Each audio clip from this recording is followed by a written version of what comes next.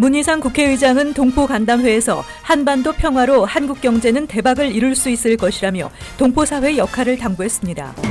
아마존이 뉴욕 제2본사 계획을 백지화했습니다. 하원법사위원회가 미국 내 모든 총기 구매자와 양도자에 대한 신원조회를 요구할 수 있도록 한 총기 규제 강화 법안을 통과시켰습니다. 뉴욕 한인 회장의 단독 입후 보한 찰스 윤 이사장의 제36대 회장 당선이 사실상 확정됐습니다. 뉴욕시 의회가 불법 체류자를 비롯한 뉴욕시 모든 주민에게 운전 면허증을 발급할 수 있도록 하는 법안 결의안을 채택했습니다. 이상은 이 시각 주요 뉴스입니다. 시청자 여러분 안녕하십니까? KBN 뉴스입니다. 여야 원내대표 등 국회 방미 대표단과 함께 미국을 방문 중인 문희상 의장 일행이 워싱턴 DC를 거쳐 뉴욕에 도착했습니다. 어제 저녁 동포 간담회로 뉴욕 일정이 시작됐는데요. 문 의장은 한반도 평화로 한국 경제는 대박을 이룰 수 있을 것이라며 동포사회의 역할을 당부했습니다. 지한샘 기자의 보도입니다. 문희상 국회의장이 어제 저녁 플러싱 대동연회장에서 동포 초청 간담회를 열었습니다. 문 의장은 이번 달 27일에서 28일로 예정된 2차 북미 정상회담은 우리 민족의 운명에 큰 영향을 미칠 것이라며 여야가 힘을 합쳐 한미동맹을 강화하기 위해 미국을 방문했다고 밝혔습니다. 8천만의 명운이 걸린 이 엄청난 일을 앞두고 우리가 미국 조야에 서로 다른 의견이 있더라도 의견을 합쳐서 한데 갑시다 라는 말씀을 전해드리러 왔습니다. 문 의장은 최근 앤디 김 연방 하원의원의 탄생과 미국 시장에서 활약 중인 BTS를 보면서 팍스 코리아나의 시대가 다가오고 있음을 느낀다며 한반도에 평화가 정착된다면 한국이 고립된 섬에서 벗어나 경제 대박을 이룰 수 있을 것이라고 말했습니다. 나는 이 시대를 팍스 코리아나의 시대라고 얘기하고 팍스 코리아나의 시대의 가장 중심은 세계 중심인 뉴욕에서부터 출발한다고 생각하는데 여러분 어떻게 생각하십니까? 간담회에는 민주평화당 정동영, 정의당 이정미 대표와 강석호 국회 외교통일위원장, 더불어민주당 이수혁 의원, 정의당 김종대 의원 등이 참석해 미국 땅에서 자리 잡기 위해 노력해온 동포사회를 격려했고 김인선 뉴욕 한인 회장도 환영사를 통해 한반도 평화를 위해 외교활동을 펼친 방문단에게 감사를 전했습니다. 문 의장은 해외 동포 지원 또한 대한민국 정부의 경제 규모와 관련 있는 문제라며 한반도의 평화가 정착되고 동포사회가 미국 정책 기조에 힘을 실어달라고 당부했습니다. KBN 뉴스 지한샘입니다. 세계 최대 전자상거래 업체 아마존이 뉴욕 제2본사 계획을 백지화했습니다. 일부 지역 정치인들의 반대를 이유로 내세웠습니다. 아마존은 오늘 성명을 통해 많은 고민과 검토 끝에 뉴욕 퀸즈의 롱아일랜드 시티에 제2본사를 세우려는 계획을 더는 추진하지 않기로 했다고 밝혔습니다. 아마존은 새로운 본사 건립에는 해당 지역 선출직 공직자들과의 긍정적인 협력이 필요하다며 뉴욕 시민의 70%가 지지 입장을 밝히고 있지만 많은 지역 정치인들은 반대하고 있다고 덧붙였습니다. 아마존은 지난해 11월 제2본사 부지로 워싱턴 DC 인근 버지니아주 북부 내셔널 랜딩, 뉴욕 퀸즈 롱아일랜드 시티를 각각 선정하고 각각 2만 5천 명의 신규 인력을 고용할 계획이었습니다.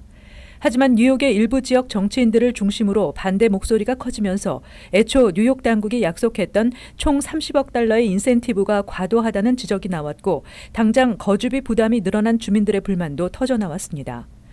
민주당 샛별로 떠오른 알렉산드리아 오카시오 코르테스 연방 하원 의원이 월세 급등 등을 이유로 반대 여론을 주도했습니다. 아마존은 성명에서 지금 이 시점에서 제2본사 입지를 다시 물색하지는 않을 것이라며 북부 버지니아와 내슈빌에서는 계획된 일정을 진행할 것이라고 밝혔습니다. 뉴욕 제2본사를 대체할 플랜 B 없이 버지니아주 내셔널 랜딩에만 제2본사를 세우겠다는 의미로 보입니다. 오늘은 17명의 사상자를 낸 플로리다 고교 총기 난사 사건 1주년이 되는 날인데요. 하원법사위원회가 미국 내 모든 총기 구매자와 양도자에 대한 신원조회를 요구할 수 있도록 하는 총기 규제 강화 법안을 통과시켰습니다. 이명주 기자가 전해드립니다. 하원법사위는 어제 9시간의 토론 끝에 찬성 21표, 반대 14표로 총기 규제 강화 법안을 가결시켜 하원 본회의로 넘겼습니다. 이 법안은 지난 수년 동안 총기 규제 법안 가운데 가장 강력한 규제를 담은 것으로 평가받고 있습니다. 법안은 총기 규제를 최우선 이슈로 삼겠다고 공약한 민주당이 하원 다수당을 차지한 이후 추진한 최초의 입법 가운데 하나이고 5명 이상의 공화당 의원들도 지지하고 있습니다. 하원 법사위는 또 3일 이내에 조사가 완료되지 않으면 총기 구매를 허용하는 현행 신원조회법에 예외 조항을 폐지하는 내용을 담은 법안도 23대 15로 통과시켰습니다. 하원은 2007년 이후 처음으로 총기 규제법에 대한 청문회를 개최하는 등 입법 작업을 준비하고 있습니다. 민주당에서는 지난해 2월 14일 17명의 희생자를 낸 플로리다 파크랜드의 고등학교 총기 난사 1주년을 맞아 관련 입법 조치에 속도를 내고 있습니다. KBN 뉴스 이명주입니다. 한인들의 취업 이민 신청이 3년 만에 급감한 것으로 나타났습니다. 국가별로 3위를 기록했던 한인 취업 이민 신청이 4위로 한 단계 내려앉았습니다. 연방노동국이 어제 발표한 2019 회계년도 1사분기 노동허가서 발급 현황에 따르면 취업이민 수속의 첫 단계인 노동허가서를 승인받은 한인 취업이민 신청자는 전체 취득자의 4%에 해당하는 637명으로 집계됐습니다. 이는 전년 같은 기간에 비해 무려 27% 감소한 것이며 3년 전인 2016년과 비교하면 3배가량 줄어든 수치입니다. 한인 취업 이민은 2015년 746명을 기록한 이후 2016년 1999명까지 폭등한 뒤 2017년 1593명, 2018년 871명으로 빠르게 감소하고 있어 인도 8082명, 중국 1755명, 멕시코 671명에 이어 네 번째를 차지했습니다. 전문가들은 이 같은 노동허가 승인 급감이 장기적으로 한인 취업 이민의 급격한 감소에 영향을 줄 것으로 보고 있습니다. 이 기간 전체적으로 노동허가 승인을 비자별로 분류하면 전문직 취업비자 H-1B 소지자의 노동허가 승인 건수가 1,577명 67%로 가장 많았고 주재원 비자 L1 소지자는 1,135명 7%, 비자 미소지자는 1,064명 7%, 학생비자 F1 소지자는 1,005명 6% 등의 순이었습니다. 또 직종별로는 컴퓨터 등의 관련 업종 종사자가 9,006명으로 57%를 차지해 최다로 집계됐습니다. 뉴욕 한인 회장 선거에 단독 입후보한 찰스 윤 이사장이 입후보자 등록을 마치면서 뉴욕 한인회 제36대 회장 당선이 사실상 확정됐습니다. 뉴욕 한인회 선거관리위원회는 찰스 윤 이사장이 후보자 자격 심사를 통과했다며 회장 입후보자 등록을 발표했습니다. 뉴욕 한인회는 23일 퀸즈 플러싱 선관위 사무실에서 후보 공약 발표회를 개최하고 오는 3월 2일 퀸즈 코리아 빌리지 대동연회장에서 임시 총회를 열어 윤 후보에 대한 신임 투표를 실시할 계획입니다. 신임 투표를 통과하려면 회원 250명 이상 출석한 가운데 과반수 이상의 찬성표를 얻어야 하지만 이변이 없는 한 무난한 당선이 예상됩니다. 이로써 윤 후보는 지난 35대 뉴욕 한인 회장 선거에서 단독 출마해 회장에 오른 김민선 현 회장에 이어 경선을 거치지 않고 뉴욕 한인회관 입성에 성공할 것으로 보입니다. 뉴욕시 의회가 불법 체류자를 비롯한 뉴욕시 모든 주민에게 운전면허증을 발급할 수 있도록 하는 법안 결의안을 채택했습니다. 이다니스 로드리게스 의원이 상정한 모든 주민에 대한 운전면허증 발급 법안 통과 결의안이 어제 뉴욕시 의회에서 통과됐습니다. 이 법안은 뉴욕주 50만 명의 서류 미비자를 포함해 신분에 상관없이 운전면허증을 발급하는 내용입니다.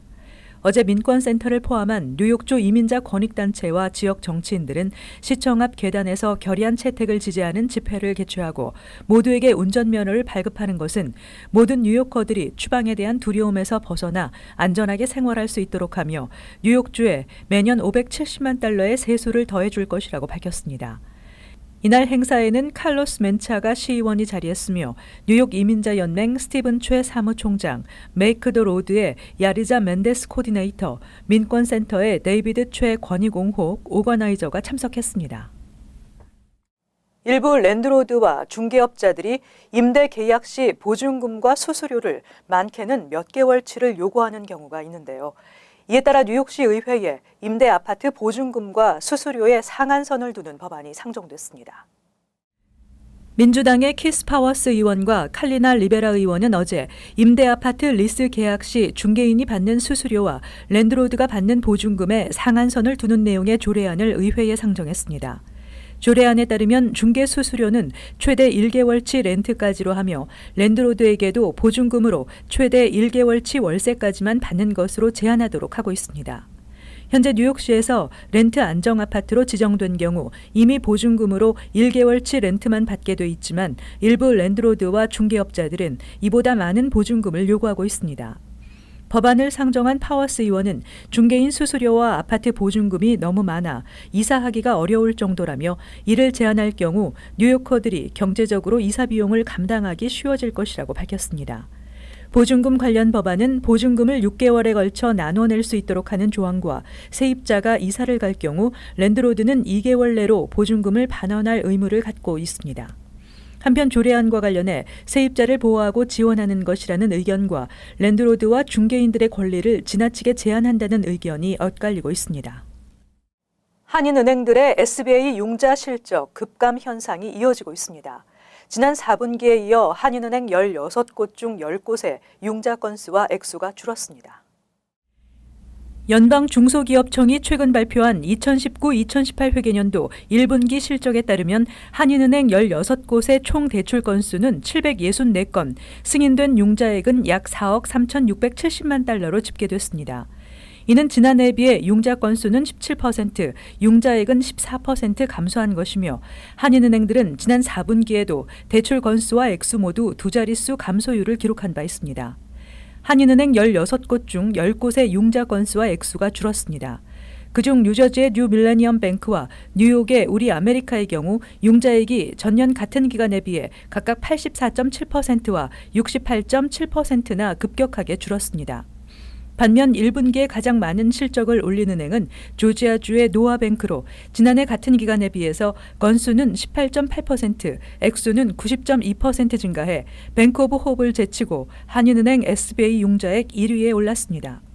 증가폭으로 두드러진 은행은 1,314만 달러의 실적을 거둔 신한아메리카로 전년 같은 기간에 비해 163.9%나 급증했습니다. 한인은행의 SBA 담당자들은 기준금리 인상으로 변동 이자율이 적용되는 SBA 융자에 대한 수요 급감, 은행 간 치열한 유치 경쟁, 노트의 제2시장 매각 프리미엄 마진율 급락 등을 SBA 대출 감소의 원인으로 지적했습니다. 한편 이번 분기 전국 1위는 271건, 4억 2,565만 달러의 실적을 올린 노스캐롤라이나 윌밍턴 소재 라이브 오크 뱅킹 컴퍼니가 차지했습니다. 프린스턴 리뷰의 베스트 밸류 대학 200에 퀸즈 칼리지가 2년 연속으로 선정됐습니다. 퀸즈 칼리지는 학구적으로 뛰어난 반면 학위 이수에 필요한 기본 비용이 낮아 가성비가 최고 수준임을 입증했습니다. 프린스턴 리뷰가 등록금 등의 비용과 학교의 학문적 수준, 학비 지원 수준, 학위 취득 후 수입 등을 종합적으로 고려해 선정한 가성비가 좋은 학교 200곳에 퀸즈 칼리지가 이름을 올렸습니다. 퀸즈 칼리지는 2014, 2015, 2018년에도 이 리스트에 이름을 올린 바 있습니다. 프린스턴 리뷰에 따르면 퀸즈 칼리지는 졸업생의 90%가 학자금 융자 없이 졸업하며 뉴욕주 거주 학생의 학사 과정 학비는 연 6,530달러로 퀸즈 칼리지의 학비 지원 수준은 87점을 받았습니다. 또 초봉, 중견급 연봉, 직업의 사회적 영향력 등을 고려해 부여하는 투자 수익률 점수는 88점을 받았습니다. 퀸즈 칼리지 졸업생들의 초봉 중간값은 5만 900달러이며 중견급 연봉 중간값은 9만 6,600달러였습니다. 퀸즈 칼리지는 학생 대 교수 비율이 15대 1로 교수 접근성 부문에서는 69점, 학생 대상 설문으로 정해지는 교수 평가에서는 72점, 학문적 수준은 74점을 받았습니다. 퀸즈 칼리지 측은 학교에 69개 학사 전공 과목이 개설돼 있으며 5년 안에 학사, 석사 과정을 모두 마칠 수 있는 과정을 소개하고 교내에서 동문 네트워크를 통한 구직 서비스와 외부 인턴십 등의 프로그램을 제공한다고 밝혔습니다. 뉴욕 뉴저지에서는 퀸즈 칼리지 외에도 컬럼비아 대학, 쿠퍼 유니온, 뉴욕 시립대, 뉴저지 공대 등이 2019년 베스트 밸류 대학 200선에 선정됐습니다.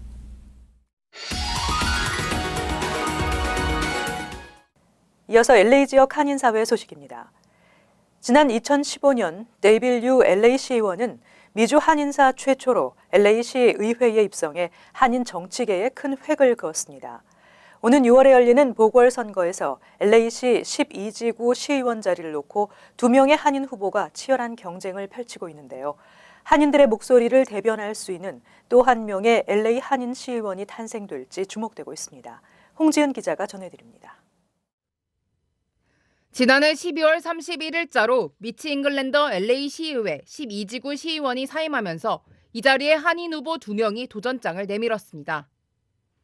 LA 시의회 12지구는 한인들도 많이 거주하는 노스리지, 그라나다힐스, 포터렌치 등 샌페르난도밸리 북서부 지역을 포함하고 있어 제2의 한인 시의원 탄생에 대한 기대가 높아지고 있습니다. 12지구 시의원 보궐선거에 등록을 마친 두 한인 후보는 앨런 크랜스톤 전 연방상원의원 보좌관을 역임한 애니조 후보와 잉글랜더 전 12지구 시의원의 수석 보좌관 출신인 조니 후보입니다. 두 후보는 모두 한인 커뮤니티와 LA시 정부 사이에 다리 역할을 하겠다는 포부를 밝혔습니다. 제가 당선된 다음에는 Korean Language Hotline을 신설하고 싶습니다. 그래서 시에 계시든 카운티에 계시든 어디든지 간에 한국말이 편하신 분들은 그 전화번호에 전화를 하셔가지고 문제를 얘기를 해주시면은 그 지역에 해당되는 정치인한테 연결을 시켜드리고 해결 방법을 좀 찾아보는 그런 기회를 만들고자 합니다. That some of the different practices down in City Hall aren't exactly friendly to the normal average small business owner. I think that the Korean community, once they realize the strength they have in their numbers, they'll start to see a change in their lives. 12지구의 아시안 인구는 2752명, 이 가운데 한인 인구는 4387명으로 추산돼 한인표가 결집된다면 데이빌류 시의원에 이은 사상 두 번째 한인 시의원 탄생이 가능합니다.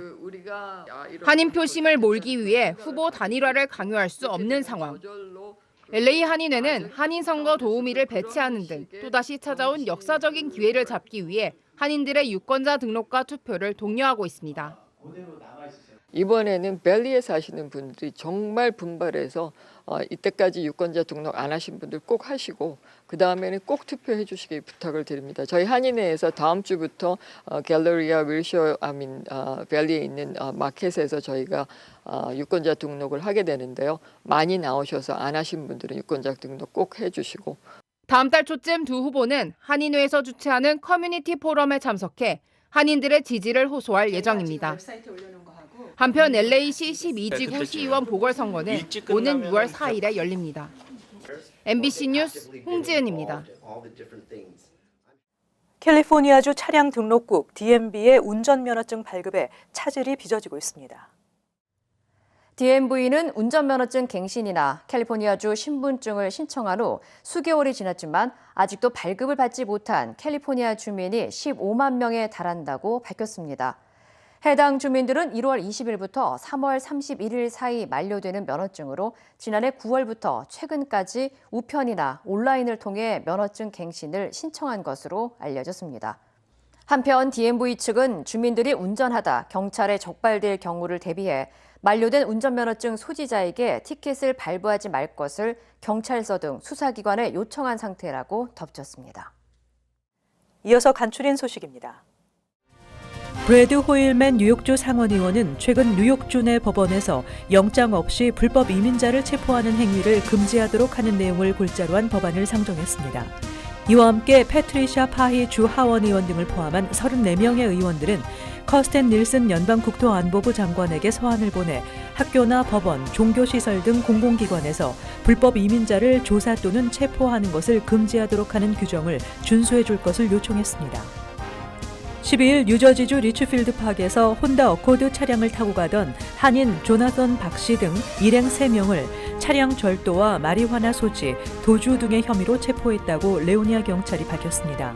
당시 박 씨 일행은 얼마 전 패터슨에서 도난당한 차량을 타고 있었습니다. 체포된 4명 중 박 씨 등 2명은 지난해 10월에도 크레스킬 주택가에 세워진 최소 10대 차량의 창문을 깨고 안에 있는 금품을 훔치다 체포된 바 있습니다. 한인 부동산 투자업체 KMS 캐피탈이 어코디아 리얼티 벤처와 공동으로 페어필드 패세익 애비뉴 선상에 위치한 그린브룩 이규제큐티브 센터 구입을 위한 매매 절차를 완료했다고 업계가 전했습니다.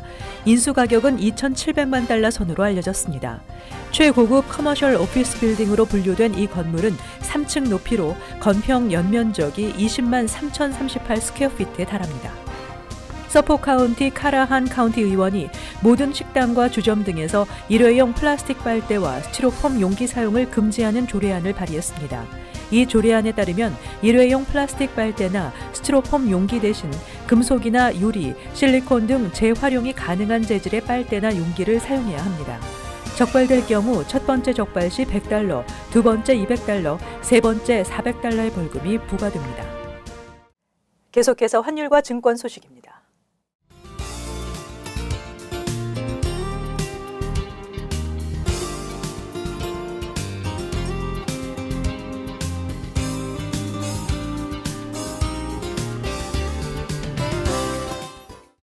끝으로 날씨 전해드립니다.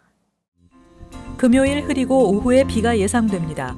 낮 최고 기온은 53도, 섭씨 영상 12도, 밤 최저 기온은 33도, 섭씨 영상 1도 예상됩니다. 토요일 대체로 흐리겠습니다. 일요일 역시 대체로 흐리겠습니다. 이상으로 KBN 뉴스를 마칩니다. 시청해주신 여러분 고맙습니다.